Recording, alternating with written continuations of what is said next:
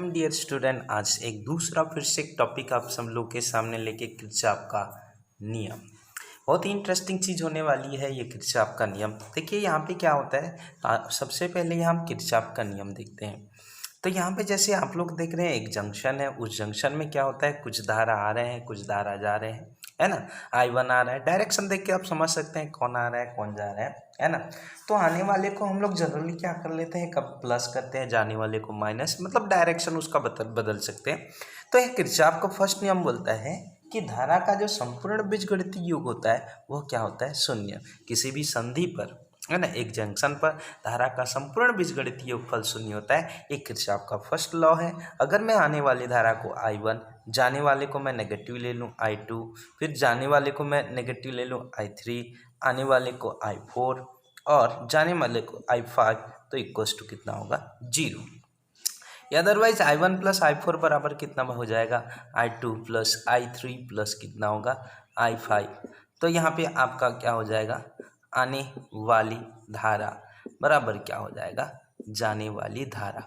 तो यहाँ पे किरचॉफ का फर्स्ट लॉ होता है और ये जो होता है आवेश संरक्षण के आधार, ये क्वेश्चन पूछा जाता है किरचॉफ का प्रथम नियम कौन से नियम पर आधारित है, आवेश संरक्षण नियम पर आधारित है। जितनी भी आवेश होती है वह संरक्षित होती है। तो यहाँ से प्रश्न की समस्त बीजगणितीय योग धारा का वह क्या होता है, शून्य होता है। तो यहाँ पे मैं डेफिनेशन लिखा हूँ कि किसी भी विद्युत परिपथ में संधि पर मिलने वाली समस्त धाराओं का बीजगणितीय योगफल क्या होगा, शून्य होता है और यह आवेश संरक्षण नियम पर आधारित होता है। आगे बढ़ते हैं हम लोग द्वितीय नियम। द्वितीय नियम जो होता है वह आपका किरचॉफ का सेकंड लॉ है ना। ये क्या बोलता है कि किसी भी बंद संधि, यहाँ पे बंद जाल होना जरूरी है ना। तो वहाँ पे क्या हो जाएगा कि किसी भी बंद जाल में आपका क्या हो जाएगा, समस्त आपका क्या हो जाएगा, विद्युत वाहक बलों का बीजगणितीय योग उसमें उपस्थित धारा और संगत प्रतिरोधों के गुणनफलों के बीजगणितीय योग के बराबर होता है। फिर से मैं बोलता हूँ कि किसी भी बंद जाल पर विद्युत वाहक बलों का बीजगणितीय योगफल, ये देखिए सिग्मा दैट मीन योग, ये मतलब विद्युत वाहक बल है ना, और धारा और संगत प्रतिरोधों के आपका गुणनफल के बीजगणितीय योग के बराबर होगा, तो उसे हम लोग क्या कहते हैं, आपका किरचॉफ का सेकंड लॉ कहा जाता है। तो सेकंड लॉ यहाँ पे लिखा हो कि किसी भी बंद परिपथ में पाश या लूप, बंद जाल एक होना चाहिए, क्लोज होना चाहिए, है ना। तो उसमें विद्युत वाहक बलों का बीजगणितीय योगफल उस पास में विभिन्न भागों में धारा और संगत प्रतिरोधों के बीजगणितीय योग के क्या होता है, बराबर होता है। तो ये होता है सेकेंड लॉ ऑफ किरचॉफ और ये जो होता है वो किरचॉफ का ऊर्जा संरक्षण नियम के और आधारित होता है। जैसे मैं यहाँ पे एक बंद जाल की कल्पना करता हूँ, देखिए एक तो डेफिनेशन वो है और यहाँ पे हम लोग एक बंद जाल क्या ले लेते हैं, A B C और D लेते हैं। तो देखिए पहले विद्युत वाहक बल, तो इस A, इस B और C और D में दो विद्युत वाहक बल हैं। लेट्स मैं ये मान के चलता हूँ कि E1 इज ग्रेटर देन कितना, E2, तब यहाँ पे इधर ज़्यादा धारा बह रहा है इधर से कम धारा। तो यहाँ पे क्या होगा, E1 माइनस E2 बराबर, यहाँ पे संगत प्रतिरोध, देखिए धारा वहाँ पे I1 R1 वहाँ पे ज़्यादा होगा, माइनस कितना होगा I2 इंटू कितना R2। तो ये बीजगणितीय योग माइनस इस बात को द्योतक है कि वह उसके डायरेक्शन को बताता है। तो इस प्रकार से ये देखिए यहाँ पे क्या होगा, E1 बड़ा है E2 छोटा है, E1 माइनस E2, यहाँ पे I1 है आपका संगत प्रतिरोध R1, I1 into R1 minus कितना, यहाँ I2 है I2 इंटू R2। जैसे एक और बंद जाल आप लोग यहाँ पे देख रहे हैं और किरचॉफ का सेकंड लॉ तभी लगेगा जब एक बंद जाल क्लोज आपका पास होना चाहिए। जैसे यहाँ पे B C E और कितना है आपका F, E और कितना है F, जैसे कि आप देख सकते हैं। तो इसमें से आपका क्या हो जाएगा, कुल देखिए एक ही है, इन दोनों को कट कर दीजिए ऊपर वालों को, केवल एक विद्युत वाहक बल है E2 है ना। तो यहाँ पे संगत धारा कितना है I2 R2 है ना, और प्लस देखिए प्लस होगा क्योंकि यहाँ पे और रोकने वाला कोई नहीं है ना। I1 प्लस कितना I2 इंटू कितना होगा R3। तो इस प्रकार से ये आपका क्या हो जाएगा बंद जाल में। तो यहाँ विद्युत वाहक बल केवल एक अकेला है ना, और यहाँ धारा I2 और यहाँ पे R2 और यहाँ I1 प्लस I2 और कितना R3। तो इस प्रकार से ये किरचॉफ का सेकेंड लॉ, ये कुल विद्युत वाहक बलों का बीजगणितीय योग जो होगा उसमें उपस्थित धारा और संगत प्रतिरोधों के गुणनफलों के बीजगणितीय योग के बराबर होता है। और ये जो होता है ये भी एक नंबर का क्वेश्चन पूछा जाता है कि ऊर्जा संरक्षण नियम पर आधारित होता है। इसी पर आधारित आगे बढ़ते हैं हम लोग व्हिटस्टोन सेतु का सिद्धांत। क्या चीज़ है देखिए, व्हिटस्टोन विटस्टोन इंग्लैंड के एक भौतिकविद जिन्होंने क्या किया कि एक सेतु का निर्माण किया, है ना। और जिस सेतु की सहायता से किसी चालक तार का प्रतिरोध ज्ञात करना है, जैसे हम लोग एक चालक तार आपको दे दिया गया, इसमें कितना प्रतिरोध है, इसे हम लोग कैसे करके ज्ञात करें, ये सबसे बड़ी हमारे पास समस्या थी। तो उस चालक तार के प्रतिरोध को ज्ञात करने के लिए सबसे पहले व्हिटस्टोन ने एक उपाय बताया, है ना। तो जिस उपाय को व्हिटस्टोन का सेतु कहा जाता है। तो इसके लिए उन्होंने क्या किया थोड़ा देख सकते हैं, है ना।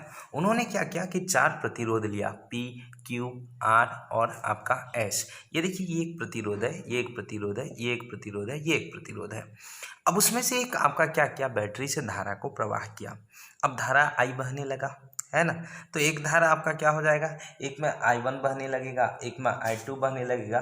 तो इस प्रकार से आपका क्या हो जाएगा, मान लेते हैं कि इधर I1 धारा बहा, यहाँ पे मान लेते हैं कि I2 धारा बहा, यहाँ पे मान लेते हैं कि I3 धारा बहा, और इस जगह पे आपका I4, और साथ ही साथ इस जगह पे माना जाता है कि IG, क्योंकि धारा मापी में IG धारा बहने लगेगा। तो इसमें एक काम किया जाता है, धारा तो सब जगह बह जाता है, लेकिन यहाँ पे इस धारा मापी में कुछ धारा का क्या होता है, एक मेजर हुआ रहता है।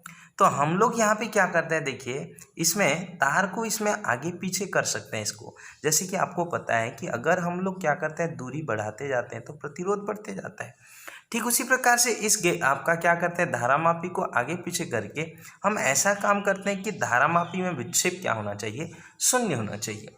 और जब धारा मापी में आपका क्या हो जाएगा, जो विक्षेप होता है शून्य होता है, तब उसे कहा जाता है सेतु संतुलन की अवस्था। एक बार और मैं बता दूं, धारा जब बह जाएगा सारी चीज में, उस धारा मापी में कुछ विक्षेप आएगा, उस विक्षेप को हम लोग इस तार को क्या करते हैं, इसको जोड़ना है, तो इसको आगे पीछे हम लोग खिसकाते हैं, है ना।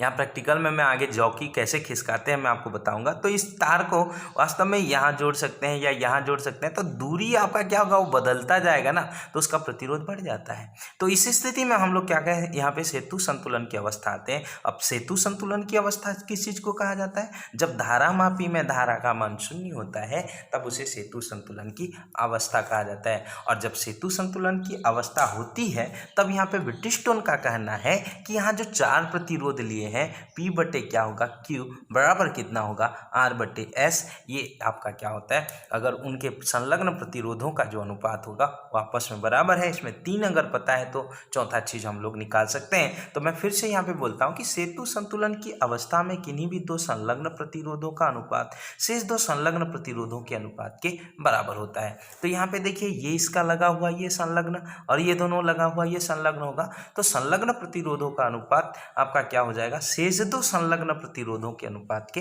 बराबर होते हैं। तो इस प्रकार से आपको समझना है ना। धारा यहाँ पे I बह रही है, यहाँ पे इधर I1, यहाँ I2, यहाँ I3, यहाँ I4, और यहाँ पे IG, क्योंकि ये गैल्वेनोमीटर में यहाँ पे भी उसका प्रतिरोध को भी हम लोग G मान लेते हैं, और यहाँ बहने वाली धारा को IG मान लिया जाता है। तो इस प्रकार से ये आपका क्या होता है, व्हिटस्टोन का क्या होता है, सिद्धांत होता है कि संलग्न प्रतिरोधों का अनुपात आपस में बराबर होता है। अब मैं इसको सिद्ध करूंगा, है ना, कि यहाँ पे क्या हो जाएगा। तो सबसे पहले मान लेते हैं कि आपका सूत्र की स्थापना कि कुंजी K1 और K2, है ना, तथा आपका क्या हो जाएगा, 4 प्रतिरोध PQRS है ना, उनमें बहने वाली धारा I1, I2, I3 और 4 है, और उसमें आपका धारा मापी में बहने वाली धारा क्या है, IG है ना।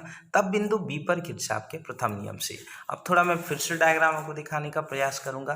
देखिए ये बिंदु B, यहाँ आपका जंक्शन बन रहा है, किरचॉफ का प्रथम नियम, यहाँ भी एक जंक्शन बन रहा है। इन दोनों जगहों पर आपका किरचॉफ का क्या लगेगा, प्रथम नियम आपका लगेगा। तो कौन कौन आ रहा है, देखिए इसमें I1 आ रहा है, जा कौन रहा है, I आपका G जा रहा है, और जा कौन रहा है, ये I2 इस साइड का है ना। तो यहाँ से I2 आपका जा रहा है, तो यहाँ से मैं आपका क्या करता हूँ कि आपका I1 आ रहा है, आपका IG जा रहा है, और I2 बराबर कितना, 0। अब यहाँ पे देखिए एक चीज़ हम लोग बोल रहे हैं कि सेतु संतुलन की अवस्था में, अब जब सेतु संतुलन हो जाएगा ना, तो IG में 0 होगा, तो IG को 0 कर देंगे तो I1 बराबर कितना होगा, I2। ये क्वेश्चन नंबर कितना, फर्स्ट। प्रकार यहाँ पे आपका संधि B पर किरचॉफ के प्रथम नियम से आपका क्या हो जाएगा, यहाँ आ रहा है आपका I3, आपका आ रहा है आपका IG, और जा रहा है आपका I4। फिर सेतु संतुलन, तो सेतु संतुलन में IG बराबर 0 और IG बराबर 0, तो I3 बराबर फिर से क्या होगा, I4। ये क्वेश्चन नंबर कितना होगा, सेकेंड हो जाएगा। क्या करते हैं, किरचॉफ का ना सेकेंड रूल लगाते हैं। ठीक है, तो बंद पास ए बी डी और ए, देखिए ए के बाद यहाँ बी, बी के बाद डी, डी के बाद ए, है ना। किरचॉफ का सेकेंड रूल लगाते हैं। तो इसमें धारा और संगत प्रतिरोध, तो धारा इसमें क्या होगा, फर्स्ट में I1, प्रतिरोध P, ठीक है, प्लस ये देखिए ऐसा घूम के रिटर्न आ रहा है IG इंटू जी। फिर यहाँ पे देखिए ये एक्सीडेंट होगा, मतलब ऐसा आ रहा है तो यहाँ उल्टा हो जाएगा, तो यहाँ I3 इंटू कितना हो जाएगा R बराबर कितना 0। ध्यान रखिए यहाँ धारा तो बह रहा है पर इस बंद जाल में कोई बैटरी नहीं है, इसलिए यहाँ विद्युत वाहक बल नहीं आता है, नहीं तो संगत विद्युत वाहक बलों का बीजगणितीय योग भी वहाँ आना चाहिए। अब यहाँ पे एक चीज़ जानते हैं कि सेतु संतुलन की स्थिति में IG बराबर कितना होगा, 0 होगा। तो IG बराबर 0, तो यहाँ पे कितना होगा, I1P बराबर I3 इंटू कितना होगा R। ये क्वेश्चन नंबर कितना होगा, थर्ड नंबर आपका होगा। फिर एक चीज़ यहाँ से आपका बंद पास आपका दिख रहा है, कौन सा, BCDB में। तो यहाँ पे फिर से आपका कौन सा नियम, किरचॉफ का सेकंड लॉ, किरचॉफ का द्वितीय नियम, है ना।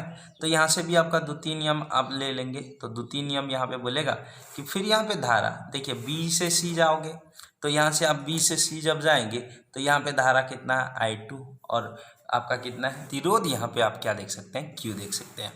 तो अभी यहाँ रूल, यहाँ पे नियम लगाऊंगा, तो यहाँ पे क्या होगा I2 इंटू Q, ठीक है, और प्लस माइनस कितना होगा I4 इंटू एस, क्योंकि वो उल्टा हो रहा है ना, इस चीज़ को आपको देखना पड़ेगा, ये उल्टा जा रहा है, जाना ऐसा था पर ऐसा हो रहा है, माइनस IG इंटू जी बराबर आपका IG इंटू जी बराबर कितना 0। फिर सेतु संतुलन की स्थिति में IG बराबर कितना होना चाहिए, 0 हो जाएगा। तो ये I2 इंटू क्यू बराबर कितना हो जाएगा, I4 इंटू एस, ये क्वेश्चन नंबर कितना, फोर्थ होगा। अब एक काम करते हैं, इक्वेशन आपका third divided by equation number कितना 4 करते हैं, तब यहाँ से I1 इंटू कितना हो जाएगा, जो P है बटे I2 इंटू कितना होगा Q बराबर कितना होगा I3 into R by I4 into कितना S। तो यहाँ पे हम लोग समीकरण नंबर कहाँ पे देखे थे, 1 व 2 से, है ना। तो 1 व 2 से जो आपका इक्वेशन नंबर 1 था, उसमें एक में I1 बराबर क्या था, I2 था, और एक में I3 बराबर क्या था, I4 था। तो मैं एक और काम कर सकता हूँ, I1P, I2 को भी I1 कर देता हूँ, है ना। Q बराबर कितना I3R, और यहाँ पे I3 और कितना S, क्योंकि वो आपस में क्या थे, बराबर थे। अब आपस में जब बराबर होंगे तो ये कटेगा, ये कटेगा, ये कटेगा, तब यहाँ पे क्या होगा, P बटे Q बराबर कितना होगा R बटे S। यही आपका व्हिटस्टोन का क्या होता है, सिद्धांत। तो ये दोनों किरचॉफ के नियम पर लागू होते हैं। तो बात यही मैं बोलना चाहूँगा कि किरचॉफ का नियम अगर बंद जाल है तब जाके लगता है, और यहाँ पे याद रखिएगा इन बंद जाल में क्या होता है, कोई बैटरी आपका जुड़ा नहीं होता, यहाँ भी कोई बैटरी आपका जुड़ा नहीं होता, इसलिए वहाँ विद्युत वाहक बल को हम लोग जनरली 0 लेते हैं, पर धारा बहता है उस स्थिति में, है ना। धन्यवाद।